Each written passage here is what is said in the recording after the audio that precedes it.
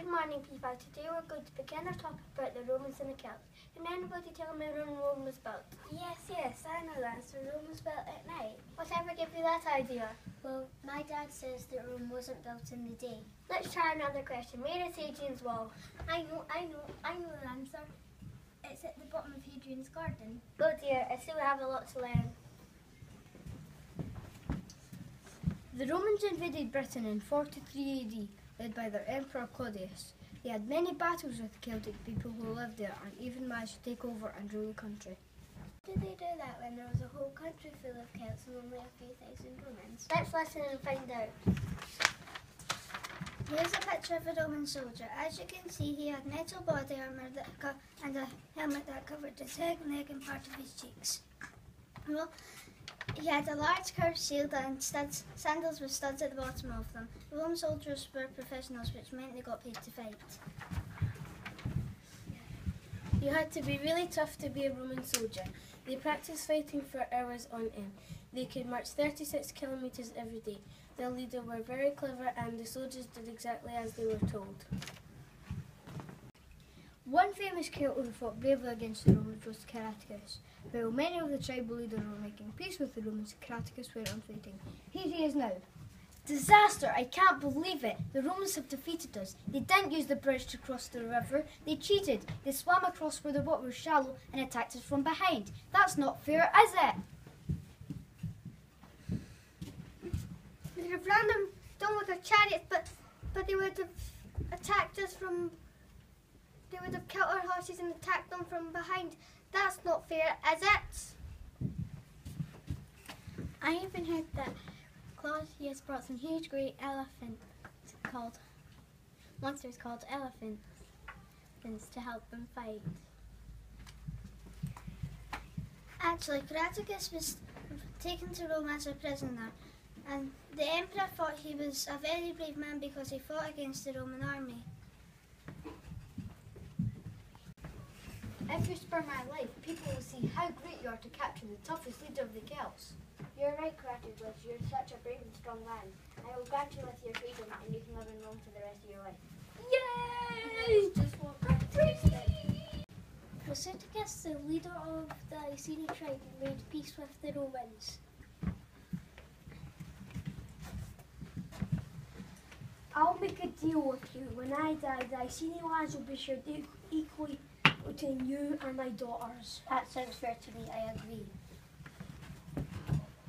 Unfortunately, no one after Pisidius died. Now Pisidius is dead. Rome claims his Iceni lands. His wife and his daughters will get nothing. The Romans then marked Pisidius' daughters and his wife Boudica. We know quite a lot about Boudica. She was very tall, her eyes seemed to stab you, her voice was harsh and loud. Her thick reddish hair hung down below her waist, and she wore a flowing cloak fastened with her brooch. Living Boudica was a big mistake. The Romans shall never take the Iceni lands. I will gather all the tribes together to make a great big army, and we will fight them!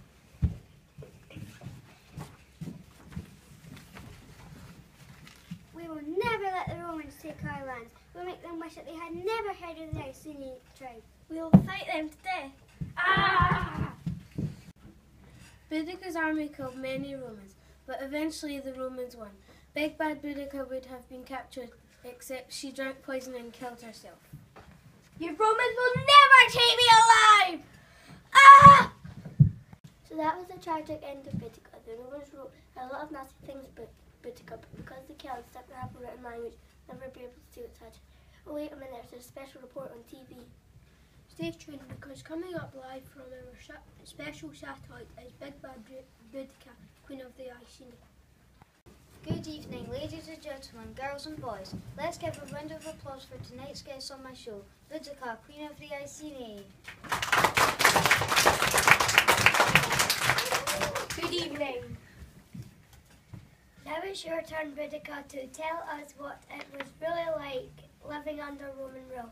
From the things I've read, it seems that the Celts really hated the Romans. We certainly did. Wouldn't you feel the same if If your country was invaded, your land was stolen, and you were treated like slaves. But the Romans brought so many good things with them to Britain. People had better houses, public baths and temples. They had proper laws and brought lots of new types of foods from Italy. The Celtic roundhouses were perfectly good enough. We didn't need their fancy foods or temples. We prayed outside in the open air. We were happy as we were. But the Celts were wild barbarians. We were skilled craftsmen. We could make beautiful jewellery and metal tools. We farmed land and lived happily. If you were peaceful farmers, why did you kill thousands of Romans in Colchester, St Albans and London in your rebellion? After my husband died, the Romans treated us even worse than before. Under Celtic law, women could own the land and lead tribes. The Romans were afraid of strong women. That's why they wanted to get rid of me. Tell me, Boudica, is it true that you had long knives on the wheels of your chariot? Of course not. You can't believe anything that you read in history books. Most of it was written by our enemies, the Romans. If you ever visit London, you can see a statue of me near the Houses of Parliament, riding my chariot. May be dead, but I'm not forgotten, as I'm still seen as one of the greatest leaders of Britain.